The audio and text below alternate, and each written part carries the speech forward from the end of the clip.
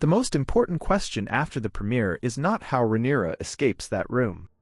It is, who walks out when the door finally opens. She was confined for her protection while her son flew into a battle she wanted to join. Then Jace died inside a plan designed to keep her safe. That is the kind of irony Westeros calls character development, and everyone else calls a catastrophic family meeting. Maybe grief makes her reckless. But the darker possibility is that grief convinces her restraint was the mistake. If caution cost her Jace, why would she ever listen to caution again? Before the battle, Jace can plausibly say he is protecting his mother and his queen. After the battle, the same decision can look like an accusation. We did not trust you to choose correctly. Rhaenyra may understand military logic and still experience the act as betrayal. That distinction matters because rulers rarely remember humiliation as a neutral administrative detail. Every future warning from her council may now sound like another lock turning. They can advise restraint, but she may hear fear. They can offer protection, but she may hear management. A queen who believes advice is disguised control eventually stops asking for advice.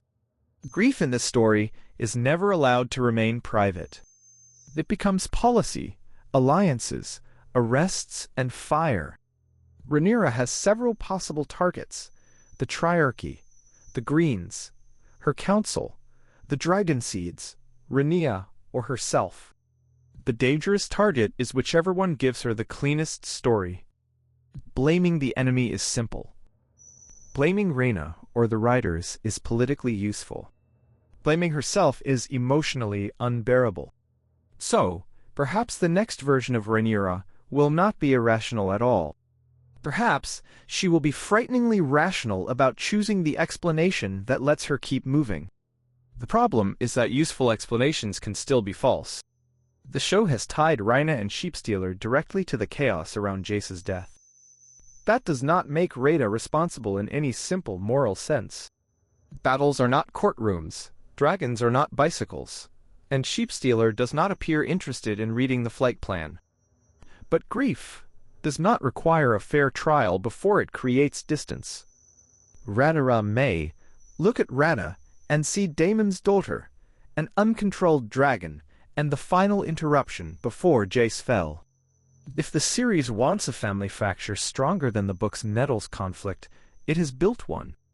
Love may survive blame, but it rarely survives unspoken blame comfortably. There is an uncomfortable counter-argument. A harder Rhaenyra may become a more effective wartime leader.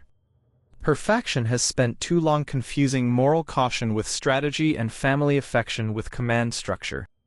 Anger could clarify decisions that hesitation kept muddy. Viewers may even cheer when she stops allowing rooms full of men to explain her own war to her. That is exactly why the transformation can work dramatically. The first ruthless choice may be correct. The second may feel necessary. By the fifth, nobody remembers where necessity ended and appetite began. Tyranny rarely introduces itself by announcing a new subscription plan. My prediction is not that Rhaenyra immediately becomes the Mad Queen people expect. That would be too easy and much less tragic. The more interesting path is selective trust. She may trust those who validate action and begin excluding those who ask her to wait. She may reward emotional loyalty over useful disagreement. That creates a court where everyone loves the queen and nobody can stop her. Jace's death would then change more than her mood. It would change the kind of truth that can reach her. So, watch who is allowed closest after the door opens. That person may shape the war more than any dragon. What frightens you more now? Rhaenyra losing control, or Rhaenyra deciding control is no longer worth keeping?